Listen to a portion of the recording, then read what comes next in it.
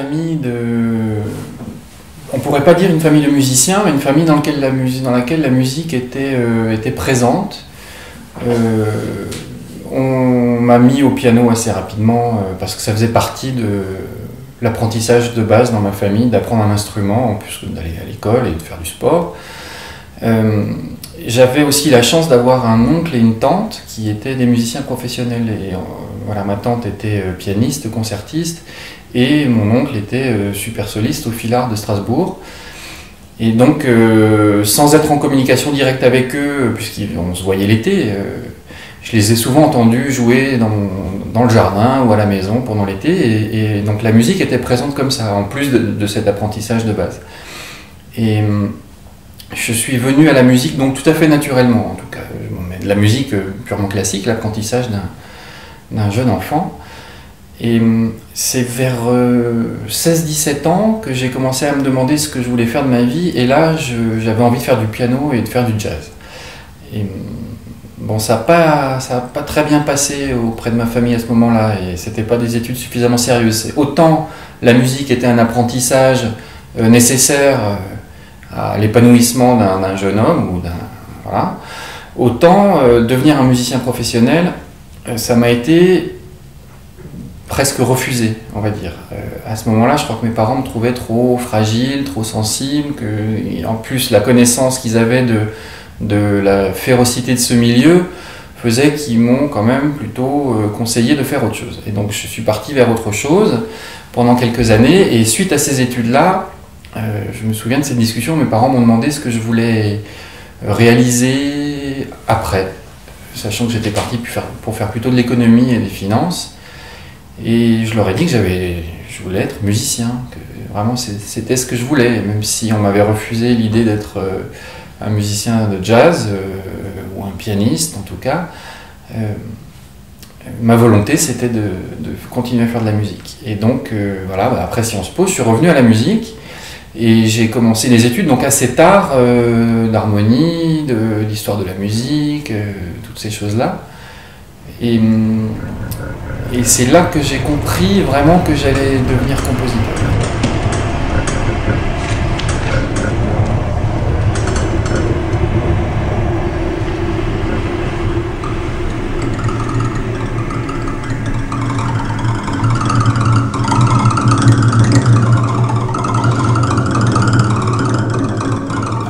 Mais ça a mis du temps, j'y suis venu.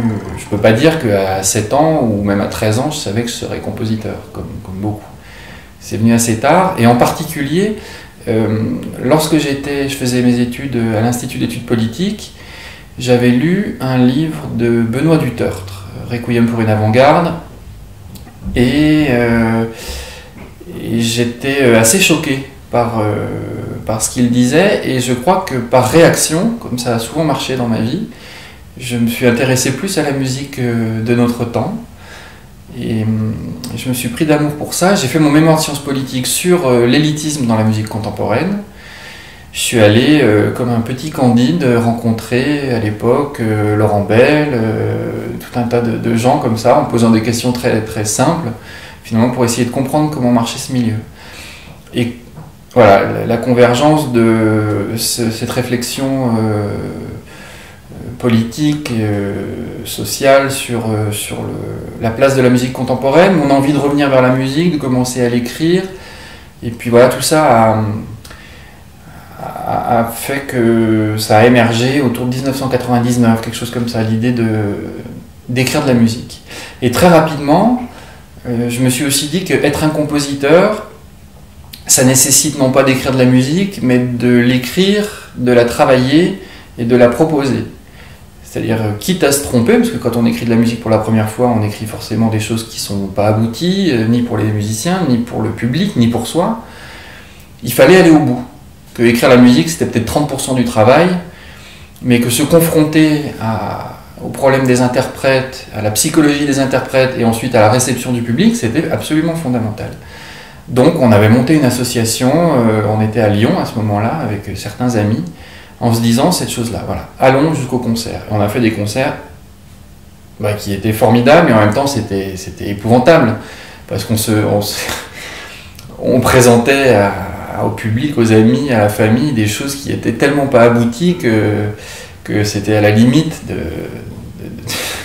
la provoque, quoi. Mais moi j'ai beaucoup appris de cette expérience et de se donner l'idée qu'on avait le droit de se donner un cadre pré-professionnel alors qu'on était encore des enfants de la musique.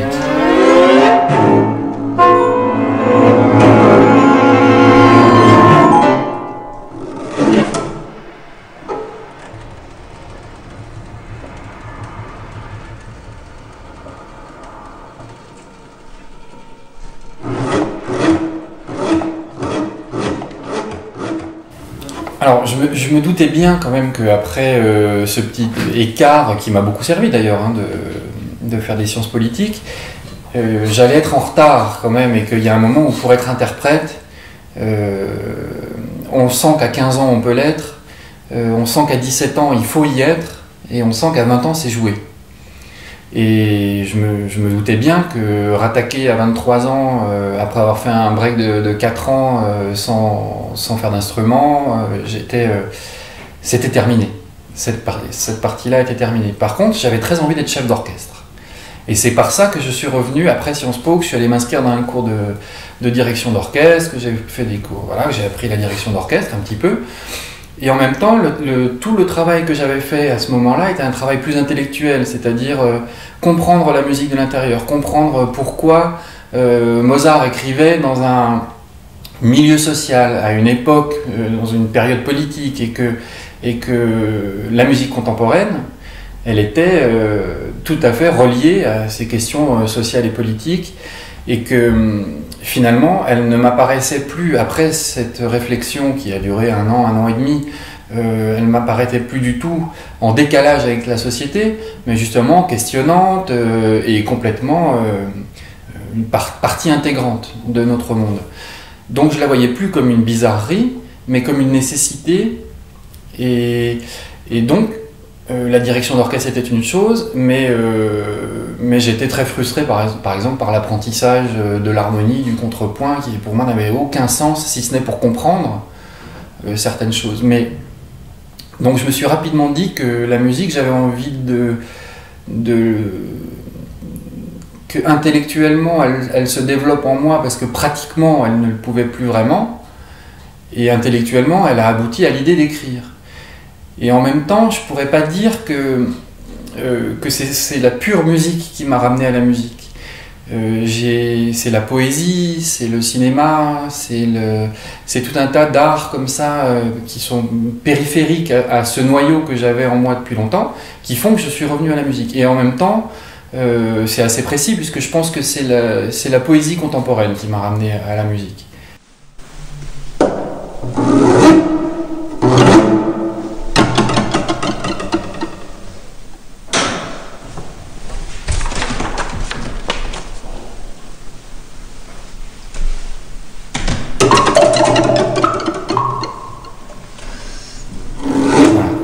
Et j'ai toujours considéré quand même que si je devais écrire, il faudrait que je sois responsable. Et ça, c'est la politique. C'est-à-dire que écrire pour soi, c'est une chose. On peut se placer où on veut. On peut écrire à la manière de Schubert, ou écrire des chansons, ou écrire... on fait ce qu'on veut. À partir du moment où je considérais que écrire de la musique, ça nécessitait pour moi de la confronter à l'interprète et au public, c'était une prise de position publique, une prise de parole publique. Et une prise de parole publique, la rhétorique, elle nécessite de se positionner dans un champ social. C'est là que Bourdieu réintervient forcément, mais pour moi, écrire de la musique aujourd'hui, c'est considérer qu'on est dans un champ social, dans un champ artistique. Ensuite, comment on se positionne dans ce champ-là? Et ça, c'était absolument fondamental. C'est-à-dire, tout ce que je savais, tout ce que j'avais entendu et lu, il fallait que ça me serve à me positionner soit en plein milieu, c'est-à-dire, voilà, je suis un homme de mon temps qui écrit de la musique de mon temps, soit je suis un homme de mon temps qui questionne mon temps, je me pose comme ça, comme un vecteur possible, une question en bordure de ce champ social et artistique, et je pose des nouvelles questions. J'essaye à ma façon de prendre une position qui soit unique au sens où si je dis quelque chose, il faut que ce soit quelque chose qui soit intéressant à dire et qui pose des questions.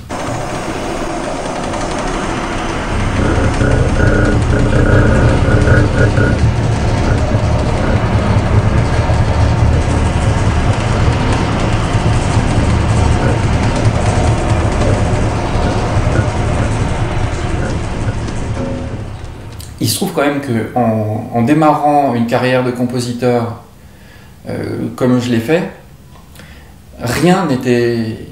J'avais rien. C'est-à-dire que je n'avais pas... Je connaissais le milieu, je le connaissais parce que c'est comme un gamin qui a son album Panini de joueur de foot. C'est-à-dire que moi, les grands interprètes, les grands compositeurs, je les regardais, je les écoutais, mais de manière complètement virtuelle, et que je ne suis pas passé par le Conservatoire national ni de Paris ni de Lyon. J'ai pas eu... je suis pas passé par l'IRCAM, j'ai tout construit un peu tout seul. C'est-à-dire qu'après, il y a des rencontres qui ont fait que je me suis retrouvé à travailler pendant 3 ans avec Philippe Leroux, que ça m'a beaucoup apporté, que j'ai eu une chance incroyable, c'est que Marc Texier m'a appelé à Royaumont, et qu'ensuite, il y a eu des petits moments comme ça, comme d'ailleurs la commande du Printemps des Arts, qui étaient des surprises totales, et qui étaient pour moi des petites merveilles. C'est-à-dire, vu comment je me suis construit, chaque fois qu'il se passe quelque chose intéressant, j'ai cet enthousiasme de l'enfant qui se dit « Oh, mais je vais travailler avec l'ensemble intercontemporain ». Mais ça, j'en ai rêvé, et j'ai cette espèce de vision d'enfant ou de personne qui fantasme, mais qui en même temps va vivre son fantasme. Et ça, c'est un truc que je ne veux absolument pas perdre. C'est-à-dire que je garde ce côté, le compositeur Candide à Lyon, Charles Molière, qui présente son travail, et je veux garder ce bonheur de... Voilà, je veux que rien de tout ça jamais ne devienne banal.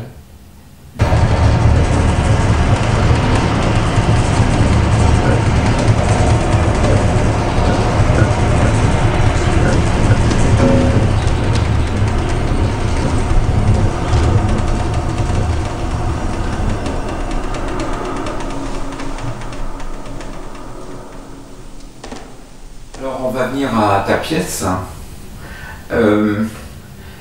Quand tu as... Essaye de... Si tu veux me parler un petit peu, d'abord le fait qu'il y ait une relation avec la danse, c'est une relation qui n'est pas uniquement musicale. Quel type de relation a pu se créer? Comment tu as pu concevoir ce type de relation? Et ça m'intéresse vraiment. Et aussi, ça a l'air de rien, mais pourquoi cette formation?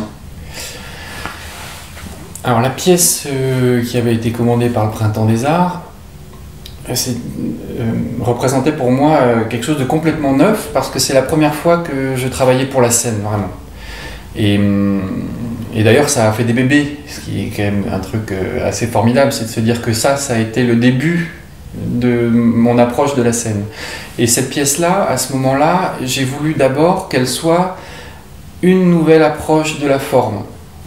Parce que je pensais que la forme que j'utilisais, qui est la forme de la construction de la rhétorique en fait, que j'utilise dans toutes mes œuvres de musique, musique de chambre, musique d'orchestre, pour la danse ne s'y prêterait pas.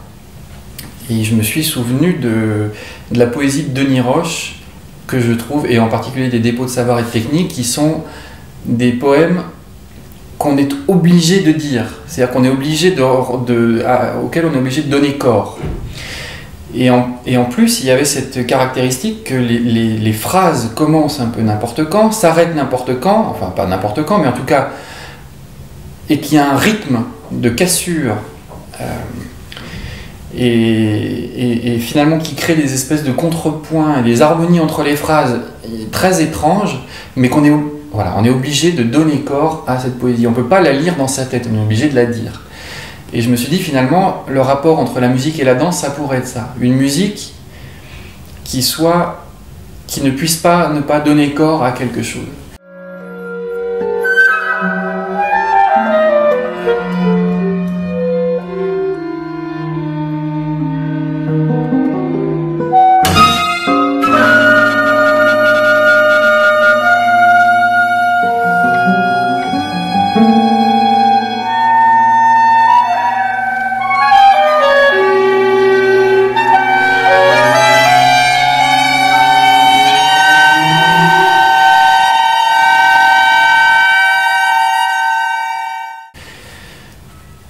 c'était l'idée de départ, j'espère qu'elle fonctionne un petit peu, et ensuite je me suis dit, voilà, ce procédé de rompre sans arrêt le discours m'intéresse beaucoup du point de vue de la forme, et par rapport à un danseur, par rapport à un chorégraphe, ça pourrait être intéressant de se heurter sans cesse à un mur, à une cassure en termes de chorégraphie. Et donc j'ai écrit cette pièce qui devait faire une quinzaine de minutes, en la découpant dès le départ, en disant il n'y a pas un moment qui fera plus d'1 minute 30. Et au bout d'1 minute 30, quoi qu'il arrive, ça s'arrête et il faut repartir.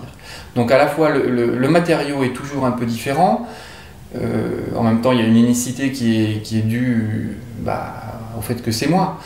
Mais j'aimais cette idée de cassure, et ça a été d'ailleurs tout le travail de réflexion que j'ai eu avec le chorégraphe ensuite, c'est-à-dire comment casser le discours en permanence et comment ne pas développer ni dans la danse, ni dans la musique.